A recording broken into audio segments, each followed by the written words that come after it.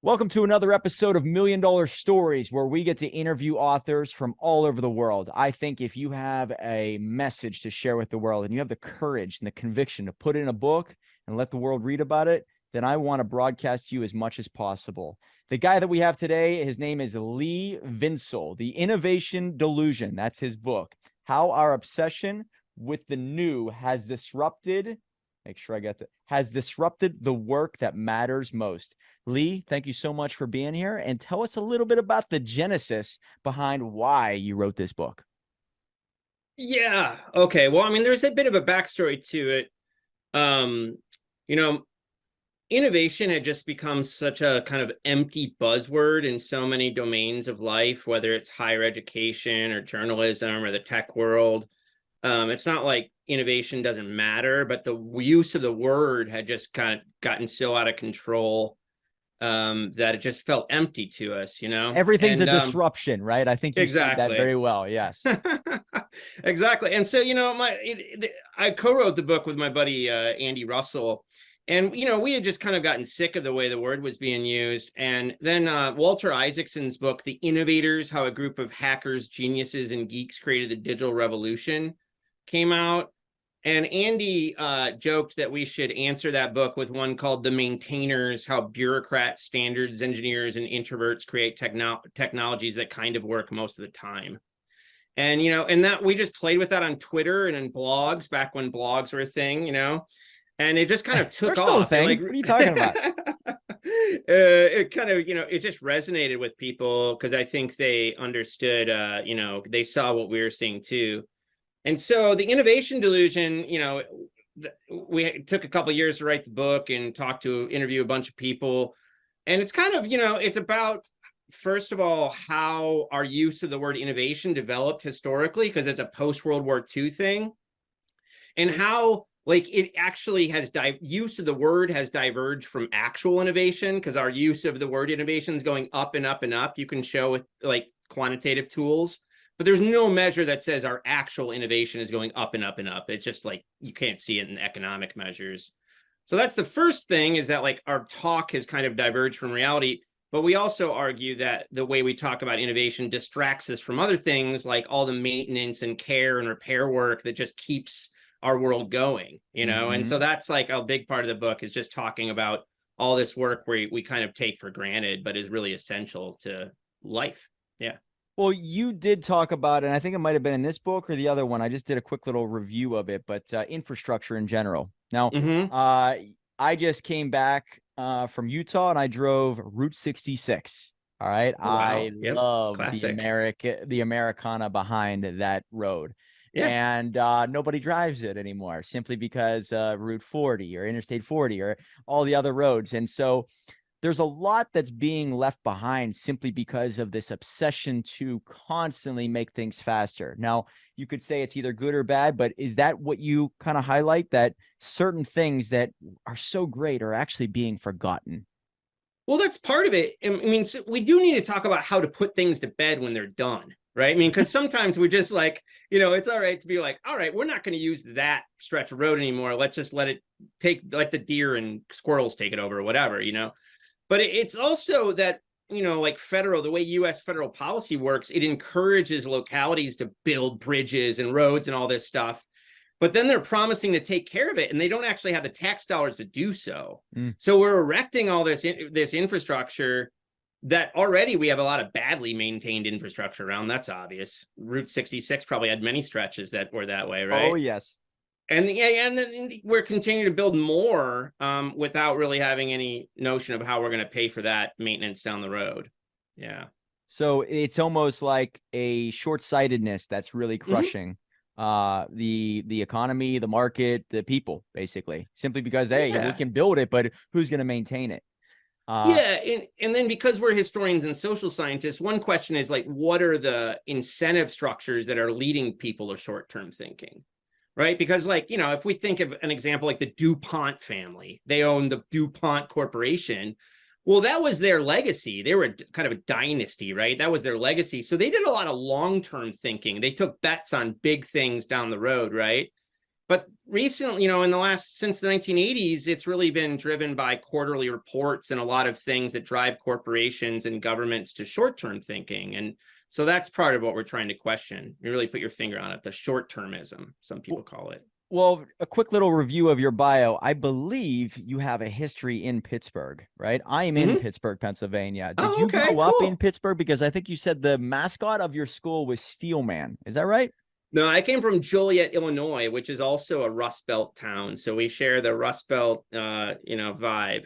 But you went to Carnegie Mellon. Is that right? You got it. Yeah, Beautiful. I lived in Pittsburgh for 4 years. I love Pittsburgh. It's a great place. Nice. So what did you study in Carnegie Mellon? Was it this exact topic? No, I wrote about automobile regulation first, like how government makes technology safer and less polluting. But I did do some research on maintenance, actually, with a professor at Carnegie Mellon. And basically, the way to think about it is I was trained in the history of technology is my primary field I was trained in, and business history. And then with a focus on how, the relationship between government and business and technology is really my core interest. Gotcha. Now, I think we could probably go into this for hours and hours, but the greatest innovation that I've ever seen in the past, let's just say 30 years, is AI, ChatGPT, and all of the stuff that's coming down the pike with that. What are your thoughts on it, man? Is there any way to stop it? Because yes, it is going to change how everything is done, in my opinion. So what are your thoughts?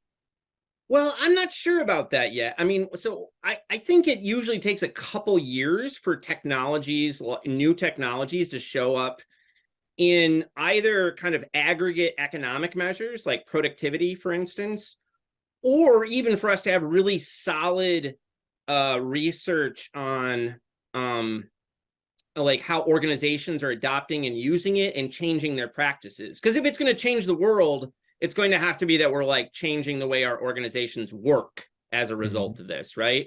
Like we're doing things with less people, as an example. Right. And so, I'm kind of like in a wait and see mode. I have a lot of friends who are, I have some friends who are quite excited about it and really do think it's earth shifting. And I have other friends who study the same topics who think it's like not going to be nearly as big of a deal as people think. So my community is divided at this point. Got it. Okay. So a couple things that we're using AI for is one, it is an audiobook. Now, I didn't realize that I could upload a 90-second clip of my voice and then upload a document that's 2 hours of me of just written dialogue, and then it can spit out me speaking it almost dead on, so dead on that my dad can't even tell the difference. Now, I want to take that one step further and say, you know what? If that could be done with a document that I'm uploading, well, why not with somebody asking a question on the website? And if it's going to be them asking a question and the answer is going to be there through a standard operating procedure that AI can just pull from and it can just read it to them, well, that's just going to be an audio file that could be read to the listener. Take it one step further from that. Now you have visual AI where it is almost spot on. So eventually we're going to get on a website and I'm going to talk to the website and say, hey, how much is this service? And the owner of the company, whether it's Elon Musk or Jeff Bezos or whatnot, they're going to talk to me directly as if they're standing there. Now, that to me is absolutely insane. I would never have believed it 2 years ago, and I'm starting to see it come to life now. So, yes, it will change the world, but holy smokes, what else is going to be affected by that? How much fraud, right? How much insanity that could create. So I'm with you. There's a lot of good with innovation, but man, what's the consequence? Yeah, I hear you. I mean, I think that, I've written a bit about this in the MIT Sloan Management Review and some other places recently. I mean, I think that the reality is we're really bad at predicting where technology is going to go. So whenever we see a new technology that has a lot of energy and leads to technology bubbles, investment bubbles, which I think we're seeing happening with AI right now, see a lot of strong predictions around what's going to happen as a result of them. Those usually don't come true. But to go to where you ended, the other part of that, or like our predictions usually don't come true, but we also can't foresee all the changes that are going to come. Right, we're really bad at foreseeing those predictions, like those things that actually are going to shift. And I think we all can see that, this generative AI is some kind of real improvement over where we were a couple years ago even, right? Mhm. And so like now the question is, how does it play out, right? I mean, we have a lot of predictions about how it's going to play out. I would say history shows usually don't work, but we also, the fun thing will be seeing where it does show up, which I don't know. And that's why I love following this stuff, because it's always a surprise. Are you paying attention to any type of, whether it's forums, or how are you starting to do your research on this? Because I'm thinking of just, from what I'm seeing out in the marketplace, cars that drive themselves, trucks that drive themselves, right? I have a client, we help people write books, but I have a client that actually has a burger joint that's completely robotic, right? Mhm. So, and this is the very beginning, right? We're starting to see this insanity now. I am so thankful I was born in 1984 that I am not born right now in a world where I would wake up with a phone in my hand. I'm so glad I woke up in the woods on dirt bikes and playing Yeah, we're hockey. not that far away from each other age-wise, so I hear you. I'm with you. So, that's good. So do you agree with me that, I mean, I think it's a very scary situation, but this is a very good thing for this moment we're in right now for entrepreneurs or people who can see how this is the greatest tool, and if leveraged properly, the next 20 years will be very special for us. But those who do not use it properly will only be hurt with job removal, with Yeah. being, kind of left behind. So where do you look for research, but also where do you see it going? I guess it's sort of up in the Yeah, air. no, I mean, so yeah, I can talk about research, and then I can talk about teaching too, which I think gets to your thing about skills and knowledge that you ended on there. I mean, I think on the research thing, I really try to really closely follow folks who are knowledgeable about this and are studying it in the field. So I'm not very interested in speculation, actually, because again, I think predictions are generally lousy. But I am interested in, social scientists and other people who like go into organizations and watch with their eyeballs what's happening there. And I think we can also, sometimes gain perspective even on subreddits of like fields of people like applying this in their workspace and talking through it together. Those can be handy places to kind of watch the change. And then, I'll just keep watching the news although the news can be very unreliable, sadly. Even the Wall Street Journal is terrible on these topics sometimes. I would agree with that. I don't know. No, I don't trust anything really what the media is saying out there anymore. So that would be, yeah, you got to look at it. If you watch it, you're misinformed, but if you don't watch it, you're uninformed, I guess is the best way to put exactly. So we need kind of media literacy, and to teach people how to be critical readers and assess what they're being told.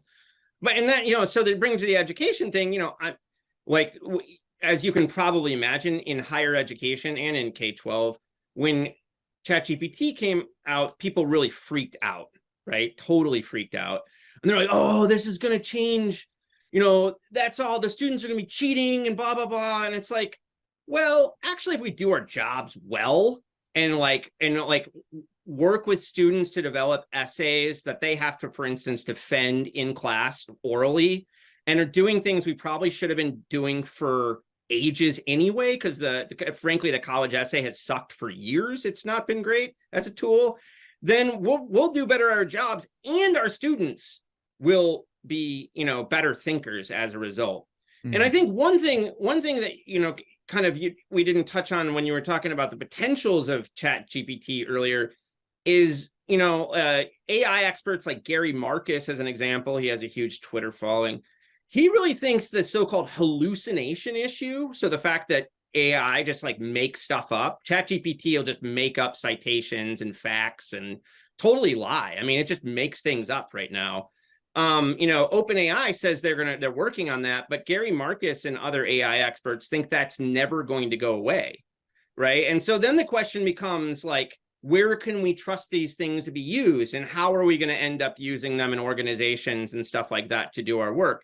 And I think, frankly, teaching our students how to use these tools, but still be critical thinkers and to do editing and revision and just think well, that I think is never going to go away as a skill. So I'm still kind of a defender of just like, teach the kids well.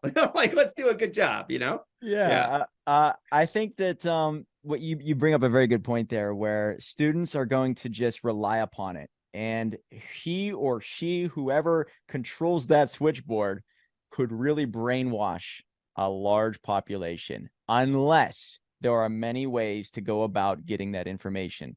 And I'm glad you brought up how, yeah, maybe this is the time to buckle down and kind of strengthen things that were weak within the school system, such as Exactly. public speaking and becoming more Yep. articulate, defending your positions rather than Totally. just handing in a piece of paper and just being graded Yeah. on it. I So mean, I think yeah. mediocrity will not be tolerated in the future, right? If you are great at what you do and you're the best at it, you will always be taken care of as long as you are constantly progressing and strengthening your skills. But the Yeah. individuals who are wanting to not read a book ever again, and by the way, there's a stat out there, 58% of people never read a book outside of high school ever again. Scary numbers, right? So if you are never going to grow outside of school, you are going to be left behind. But if you constantly take these tools and develop new skills and provide Hmm. more value to the workplace, I think you're going to be safe. And therefore, you're not looking at just one income stream. You're going to take these skill sets and apply it to many.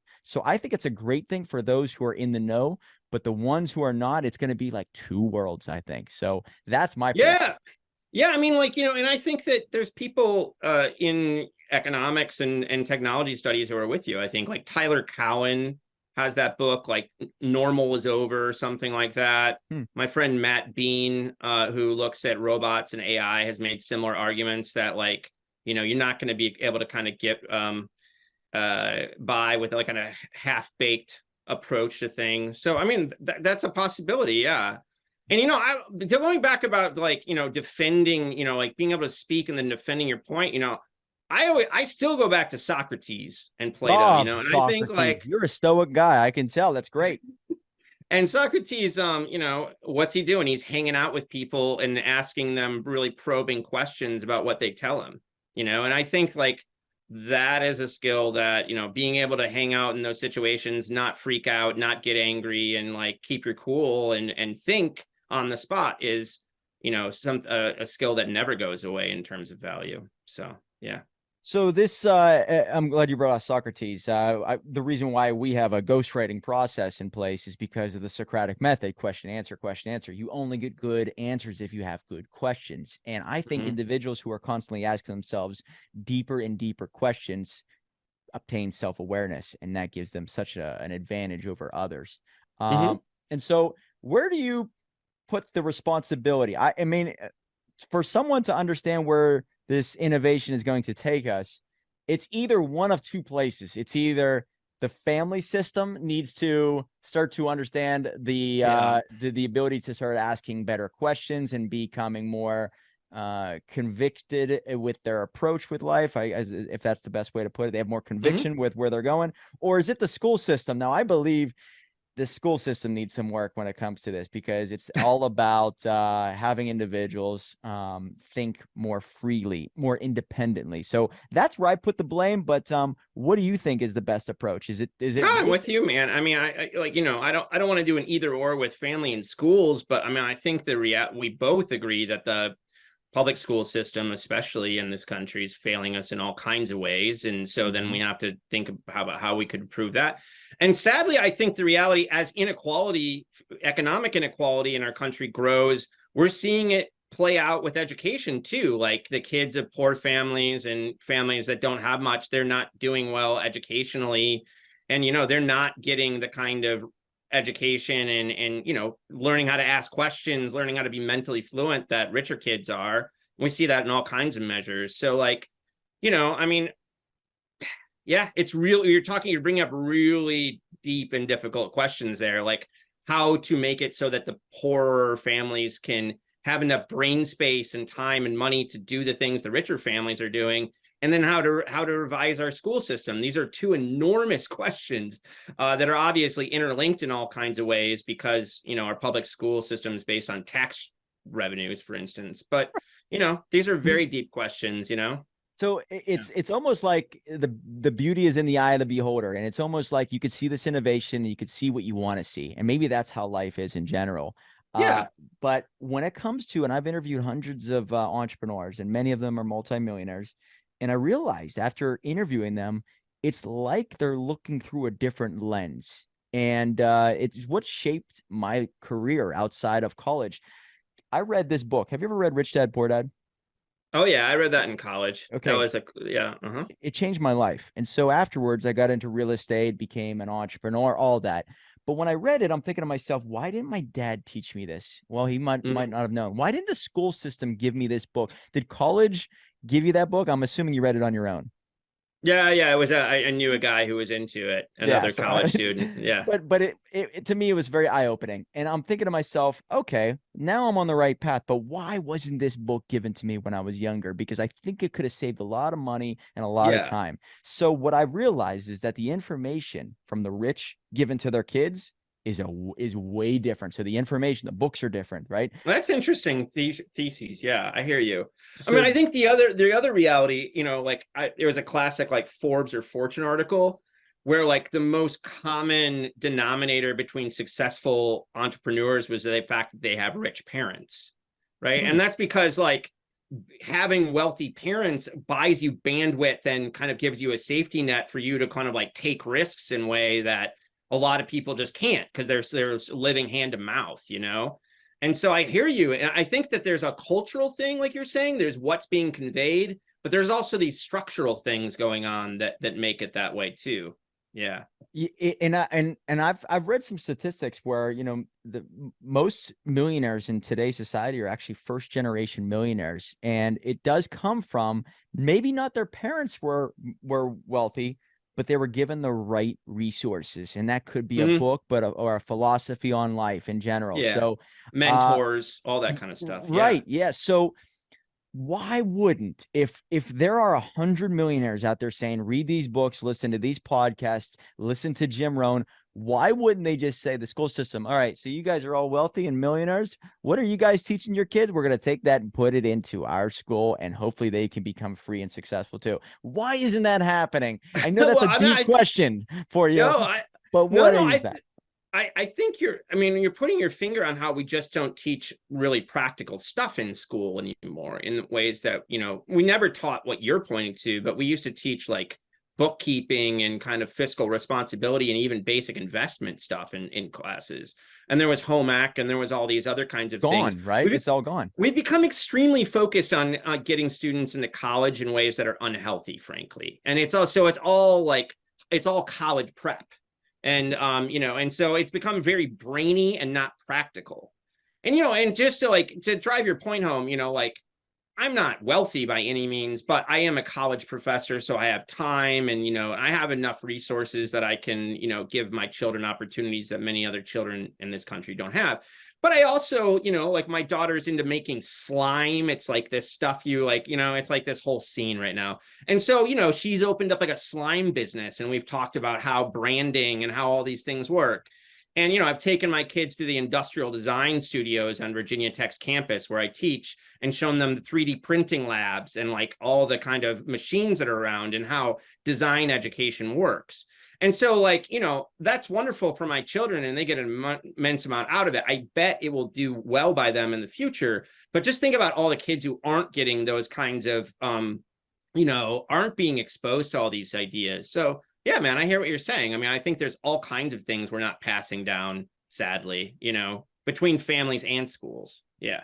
Within your book, do you present a solution? I mean, you have 107 reviews, and I commend you for that. That's hard to get that many reviews. So do you present a solution or a next step or a recipe for what to do from this point forward?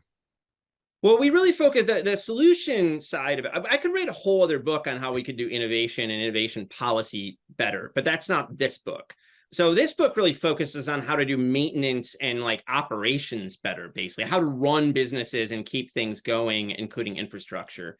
And so, we have a kind of 4-point thing. I can't even remember the 4 points because it's been a while since I went to that chapter. I remember some of them. I mean, some of it's about leadership. So it's leadership, culture, what we call innovation and maintenance, like constant improvement, the fact that even our maintenance routines can be improved over time. And then there might be there's another one that I can't remember. But then the question is just like, honestly, I mean, it's kind of like your podcast, right? I mean, where we end in the epilogue is about the need for conversation and how we can have better conversations in our workplaces and in institutions like churches and schools and homes about how to do these kinds of things better. And like, I guess we're kind of, Andy and I are humanities guys, right? I got a philosophy undergraduate degree, then a PhD in history. Andy's been in history the whole time. We believe in the power of ideas in conversation ultimately. And that's kind of like where we ended the story. Yeah. No, I have a philosophy on government. I don't think they ever really have the solution. And if you have the mentality that they always will take care of you, you're going to be sorely disappointed. So in your book, are you talking about higher regulation, lower regulation? Are you talking about other things that are maybe not discussed when it comes to government? But well, in my first book, is actually saying we should regulate more in a sense, but only when we really think it's going to work. And the whole point of the kinds of regulations we've used, especially for like clean air regulations on cars, is that no, government does not have the solution, but that's not what we don't require them. Actually, when government tries to come up with a solution, it doesn't work. We can show that right, in lots of different ways. I always say that. But what we can do is hold corporations responsible, for example, decreasing the amount of pollution that's coming out of this or that thing, or making this technology safer. And then we create tests like crash tests and tailpipe tests and all these kinds of things and say, hey, corporation, you are going to fix this technology so that it no longer does whatever we care about, whatever we don't want it to do. You figure out how to do it. And then the corporations are coming up with the solutions. And we're just like saying that as a democracy, we're not willing to put up with this danger or this form of pollution or this health issue or whatever. And so it's really about not government coming up with solutions, but finding democratic ways to get corporations to come up with solutions. Now, do you see that on the mass scale of the world? Because whenever I hear regulation in the U.S., I think of, oh, you know what, in China and other places, they will never abide by the regulations that we set forth. This is a very deep issue. And I mean, like, look, China is now putting out more greenhouse gases than like the U.S. and Europe combined. And so like that's a deep problem. On the other hand, on a per capita basis, the US still puts out more greenhouse gases than any country on the planet, right? I mean, other than like oil producing nations. And so it's like there's a moral argument to be had that like, we should ask China to reduce. And in fact, Biden, they just announced they are going to work on it, supposedly. We'll see if that happens. And so we should ask China to reduce, but there's also probably moral work for the US to do a lot more than we are doing currently, is my take on it. Yeah. So what have you seen over the past 20, 30 years that's uplifting for the listeners, that maybe we are going in the right direction, or maybe we're going in the wrong direction? So with your research, I'm assuming that you've probably come across some data that's either good or very bad. Well, no, I just pay attention to these issues. So I'm working on I have another book project right now, and I don't know. I mean, it's a good history of blank jobs, and so it's about kind of poverty and economic hardship in the United States, and why it is that like 35% of working American households, this is not people on welfare, this is 35% of working American households can barely afford to make ends meet, and why that is the case. And, so I can tell negative stories like that one, but, I feel, to be honest, we have to also be real about improvements. Okay, so here's one improvement. Since the 1990s, childhood poverty has gone down like 60% or something like that. Wow. In the United States. And it has to do with how we do earned income tax credit and all this kind of stuff, right? I mean, we give poor families more than we used to in certain kinds of ways. So that's great. That doesn't mean those kids are doing well, because again, like there's a large band of American households that don't fit definitions of poverty, but still aren't doing well in any way whatsoever, right? But still, the fact that we reduced that by 60% says a lot. Yeah. And then, I think that, globally, this is like people doubt progress and stuff like that, and, poop on progress. But, globally, we've seen more people exit poverty in the last 30 years or so than we have ever seen in human history. Yes. And so, here's one fun book. I don't agree with everything in this book, but I like to keep it around just to keep me on my toes. It's called 10 Global Trends Every Smart Person Should Know. It's an annoying title. I hate it. But it's just full of it's full of fun examples of things that have gotten a lot better, including declining violence and other kinds of things, that we don't pay attention to because the news media likes to feed us negativity because Right. it gets clicks. Yeah.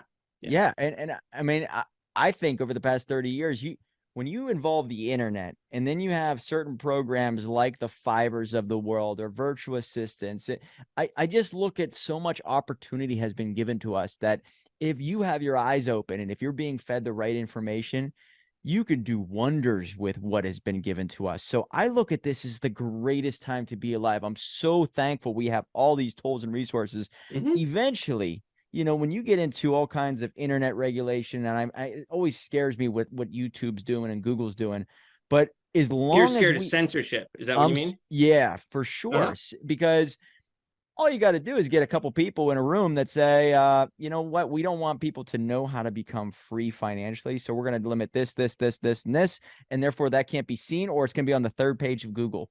And then individuals who are looking for an opportunity, who go to Google, who go to YouTube, and they can't find the solution, but they're fed other information and their brains are at a stage where it just soaks in and adopts that belief pattern for the rest of their life, or at least up until their late 30s. It's like the Plato's, the allegory of the cave. Have you read that? I'm assuming you have. Of course. Yeah.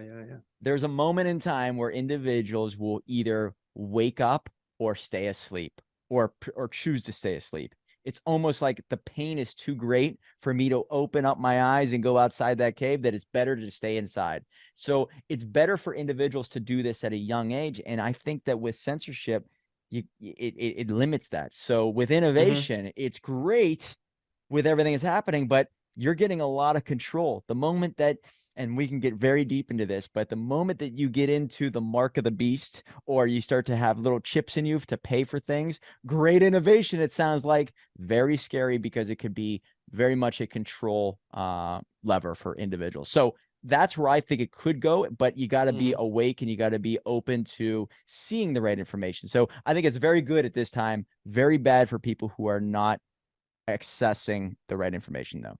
Yeah, and I think you put in you put your finger on a really deep issue when you bring up several of the topics you've questions and kind of thoughts that you've offered, which is that I used to have this thing I said in classes. I haven't said it in a long time, but it was in my undergraduate classes, and I used to say, look, and I was kind of being fictitious, because the numbers don't really line up, but I was like, there's a third of you who already are thinkers and are excited, and like, you're going to teach yourself no matter what I do. You're already you're good, right? And there's a third of you that are already totally dead. You're like, there's no hope, like this.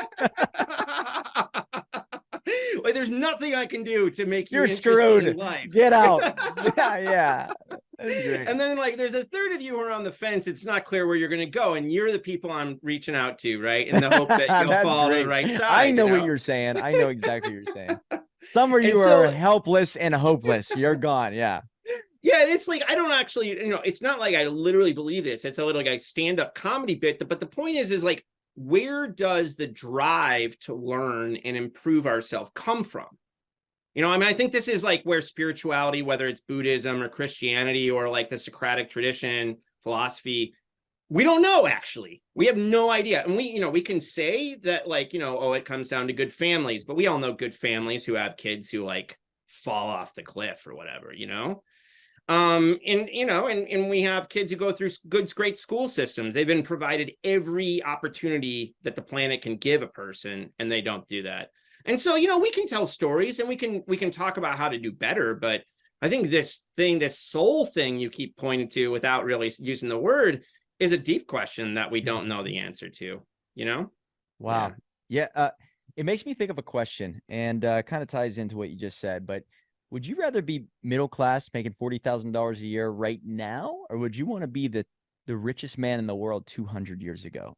And people ask that. Really, that's a deep question. Now, people automatically, without thinking, will say, I want to be the richest man 200 years ago. Oh, not me, man. Well, that means you don't have I like antibiotics and that means, right. And right? I like air conditioning. Right. So, and it brings up a very good point that you now have access to way more, even at middle class, or even if you're poor. Homeless people have phones, right? So you have more now than the richest person 200 years ago, which means all of that was done through pretty much, and I look at, it's all innovation from a capitalistic sense. Somebody out there had the idea to solve a problem.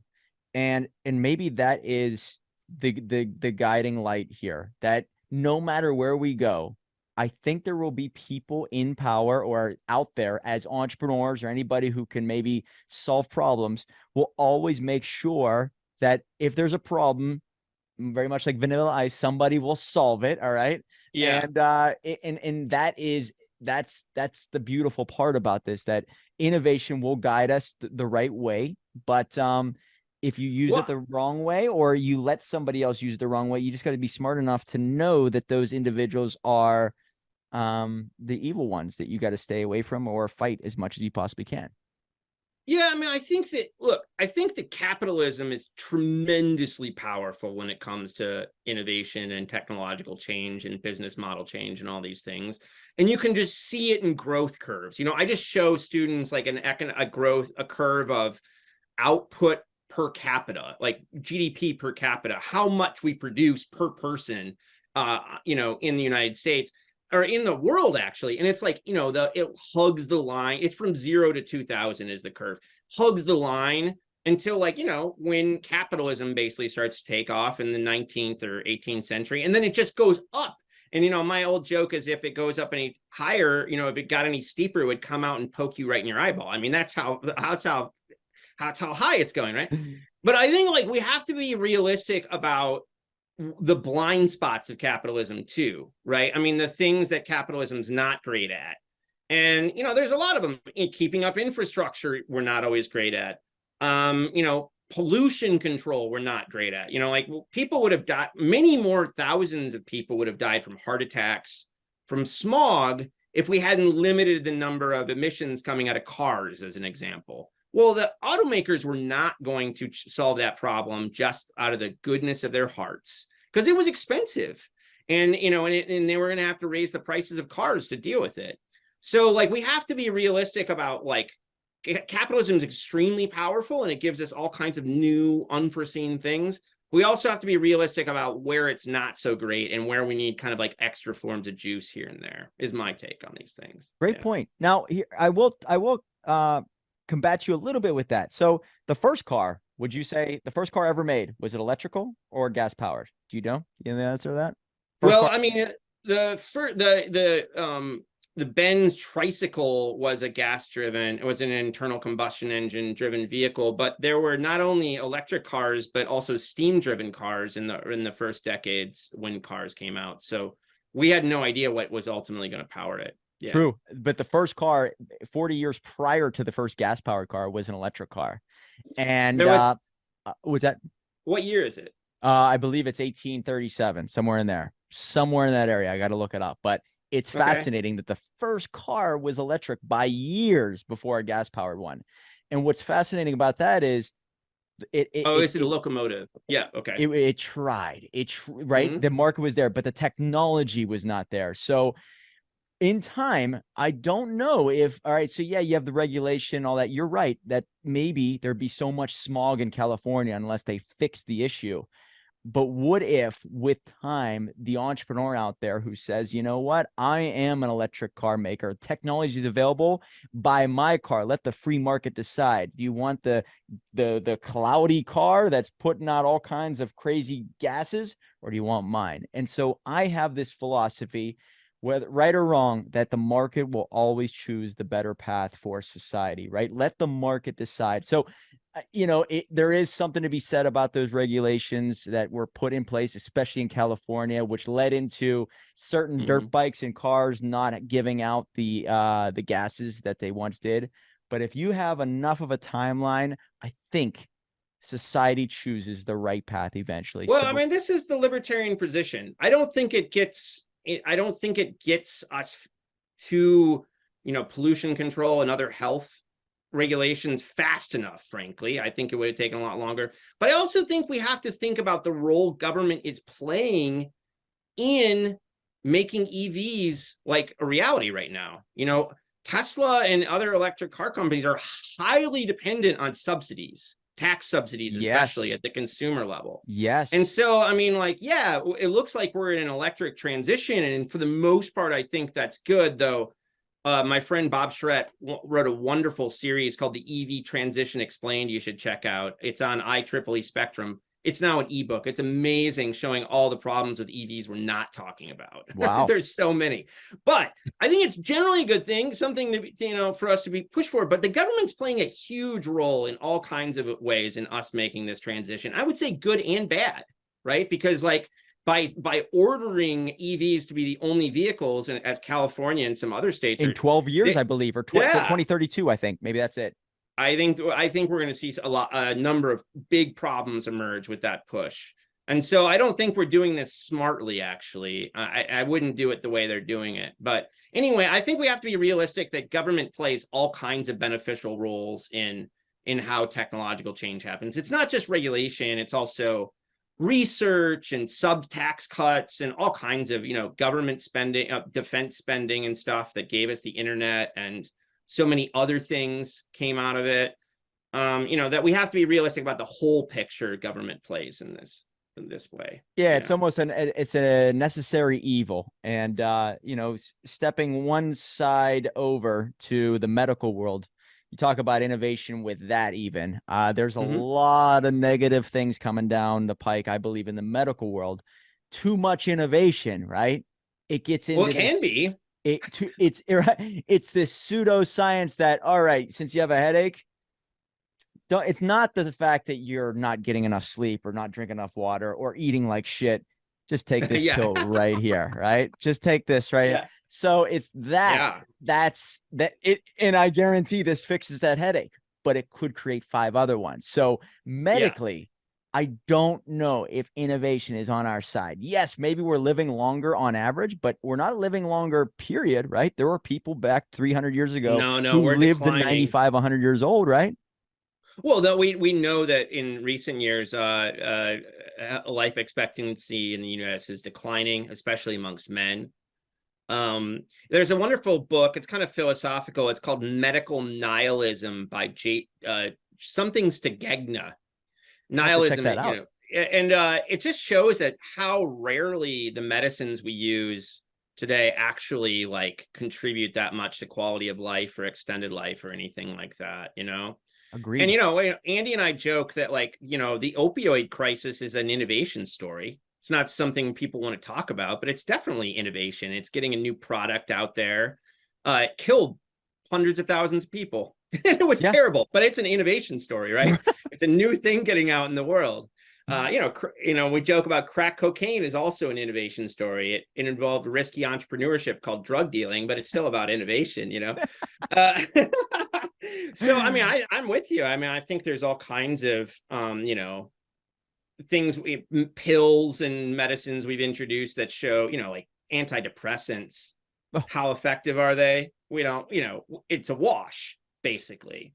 And so, I mean, I love the Stegegna book, Medical Nihilism is a real fun one if you want to think down this road, just to certain antibiotics I want them around. They have benefited and probably saved my life. We've also overused them and created super germs. I mean, so, it's very complicated, but there's a lot of medicines and procedures we've introduced that have not really improved our life that much. It's true. And that's really what I want to relay, is that not all innovation is good. And I think that in order for you to have a clear decision on what is good for you and what isn't, you just have access to all the information and have a choice. I am a guy who believes that as long as I have the information and I make the choice, that's all that matters, right? So if what I do to me and for me is not going to hurt any other life form, I should have that choice. And do you identify as a libertarian?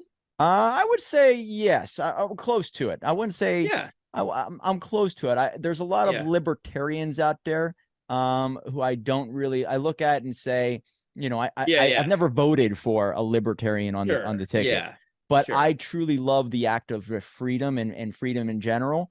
And I think that libertarians, they have this approach where it's like there is a lot of apathy there. Well, it does, total freedom and it doesn't matter what you do. there are some things that I still kind of hold true to. I have a Christian nature, so there are certain boundaries that I think there should be in place, whether that's Got it. put on, but that maybe that's put on you as a person having the moral code and moral ethics. Yeah. I hear you. So there's that to it. I'm close to it though, very, very close. Yeah. But anyways, when it comes to the innovation, I just think that if individuals can be very weary on what is coming down the pike, and the people who are pushing the innovation, knowing that they may not have your best interest at heart, I think that's just crucial. And so it seems to me like you align with that. Yeah, definitely. I mean, I think, we should never assume, businesses they have their profits, not always, but many businesses ultimately are driven by their profits, right?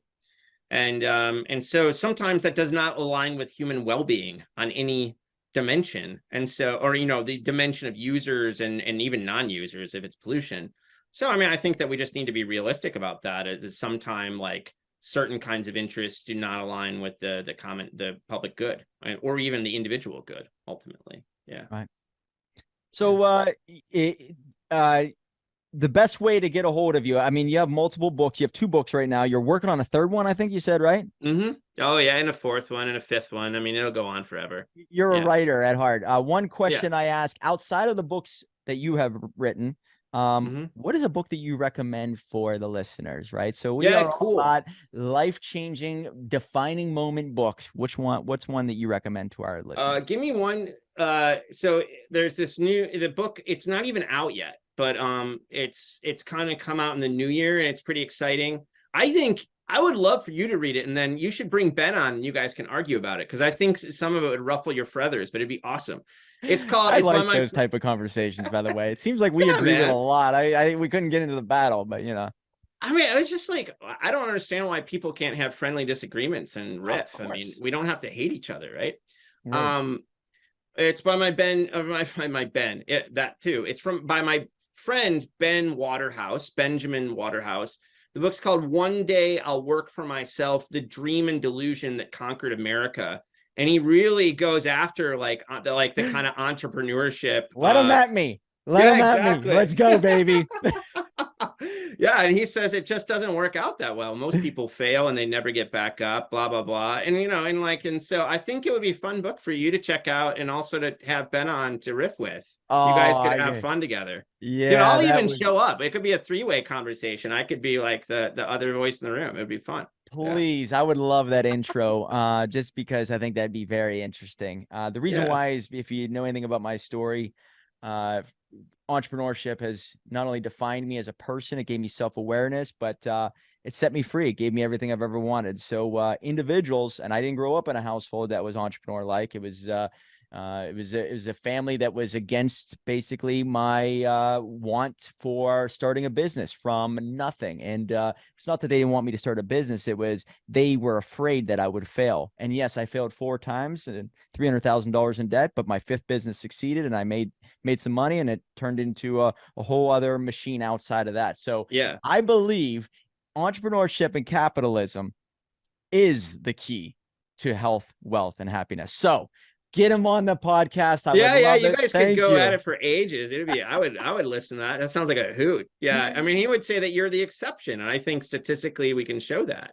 Yeah. You have stick with itness that most people simply don't have, Yeah. Well, maybe that's it, right? It doesn't take skills as in like you were born with resources and an IQ. It might take more than that. And that's the stick-to-itiveness that you elaborated on. It's required. So, man, this has been interesting. And I thought when I read your bio, I was like, he's a Pittsburgh guy. See, Steel Man. So turns out you're not, but I still like him, man. Carnegie Mellon. Any last stories of Pittsburgh that you can share while you're on this? Oh, no, man, I love Pittsburgh. And I think it is like, unfortunately, I think it's kind of an exception for the Rust Belt, because it's done so well. But I do think it's come back in big ways. And, culturally, I love it. I love all the neighborhoods and the different scenes, and the dive bars in this neighborhood versus that neighborhood, and the whole thing. I just love Pittsburgh so much, and So, and I also, Carnegie Mellon just taught me, I'm tremendously grateful for the doctoral education I received there. It has done so well by me. Yeah. Have you read The Last Lecture by what's his name? Yeah, that happened when I was there, actually. Wow. Okay. I didn't see it. 2010, 2009. Yeah. I was already not around. Because long story, but I ended up moving to Missouri while I was still writing my dissertation. And so I wasn't there to see it, but it happened there, and the book came out while I was still a student there. Yeah, I recommend this, guys. If you're out there listening, pick up The Last Lecture. I don't know the author's name. If I heard it, I would definitely know. But Randy something or other, Randy right? Pausch. Randy Pausch, I go. believe. Yes. Yeah. So yeah, great book. But anyways, I have to say, Lee, thank you so much for your time. And guys, get in touch with him. Pick up his book on Amazon. And look for the podcast with me, him, and his friend Ben, hopefully in January. Yeah, so. and please, I also have a podcast called Peoples and Things, where I interview people who study technology and society. So if people are interested in the issue of like how technology affects businesses and stuff, I talk to people who do that. It's Peoples and Things. It's on Spotify. Yeah. It's everywhere. Yep, exactly. Beautiful. Guys, look them up. So thanks so much, Lee. Remember, guys, $1 million book will lead to $1 million life. Right on.